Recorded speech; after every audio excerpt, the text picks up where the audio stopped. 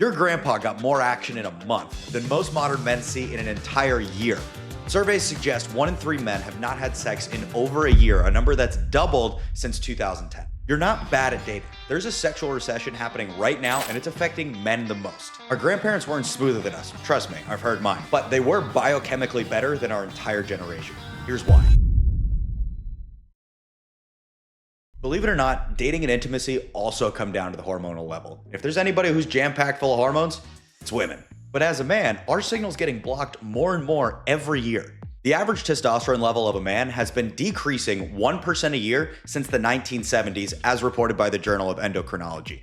That means from then to now, we have dropped down over 50% of the average male testosterone level. This goes far beyond the means of people who look at testosterone as a measure of their athletic performance. This is the difference between having men who are driven, having men who are able to contribute to society, having men who are able to produce or deliver or create anything, versus what we have now is a societal norm where it is okay to do nothing, to be lazy, and to be more in touch with your feminine side. That is how countries crumble. But the real question remains, why does this happen? The University of Michigan Health suggests that it might be because of all the plastic that is consumed in our diet, in our water, and everything that we do as a society today.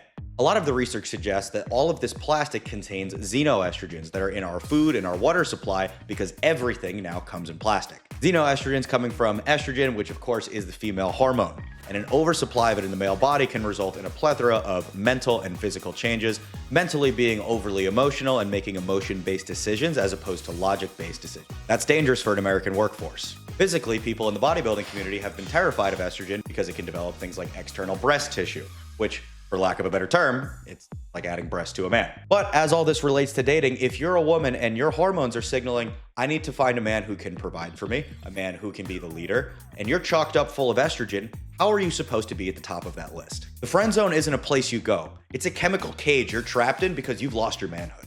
Here's the truth, and for anybody who grew up as the nice guy, you know this. The guy who's passive, the guy who's super nice all the time, the guy who's everybody's friend, isn't hated by anybody, but also isn't loved by any either. That guy gets nothing. And honestly, I was that guy for a long time. And a lot of guys suffer this way because they have been poisoned now for decades of indoctrination of teaching what toxic masculinity is. Arguably the worst thing that has happened to our society in the last several decades is this idea that you can be too masculine, that you need to tone that down. How are we supposed to have any sort of production in a society where we are taking away the very foundation that built it? And I don't say this in the sense that anybody should be rude or impolite to women, but I do think you absolutely have a duty to be a man around women. What does that mean?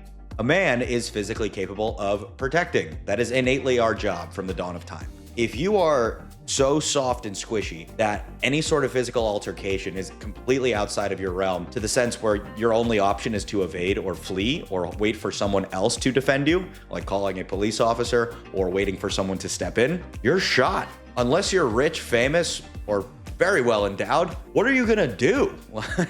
These guys are looking at this all wrong, and they're taking advice from women on how to be men.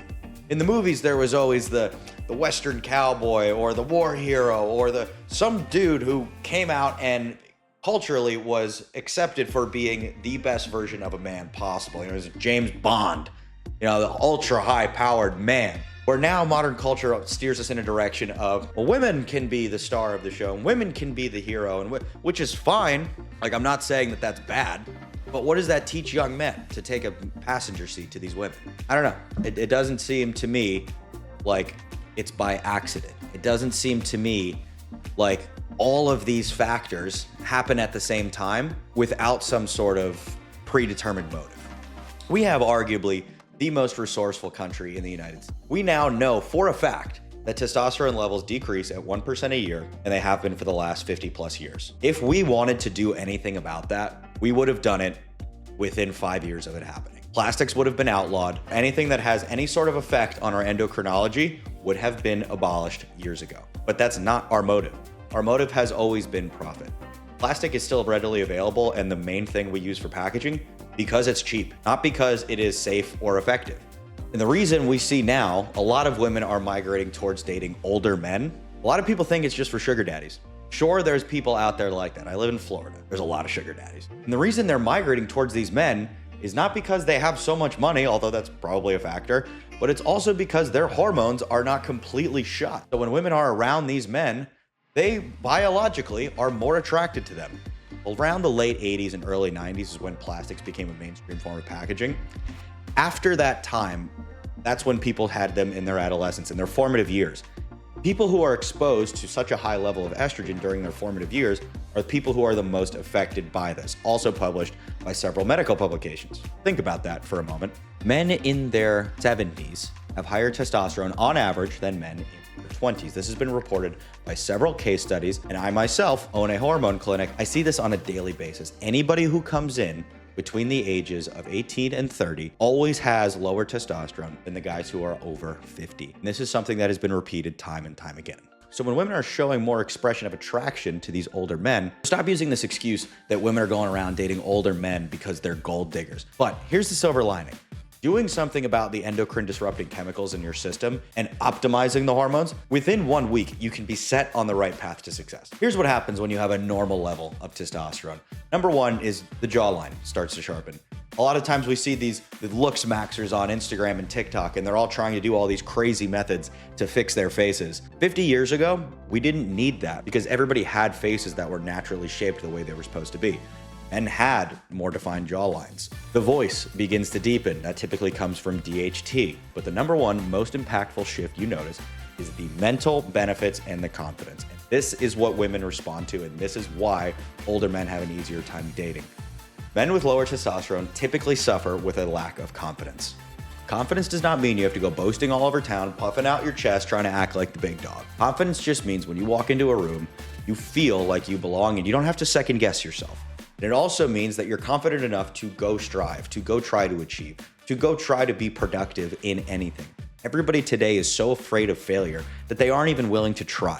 No wonder women don't want to date you. In a world full of diluted men, being undiluted is your greatest advantage. Today, 63% of men are single.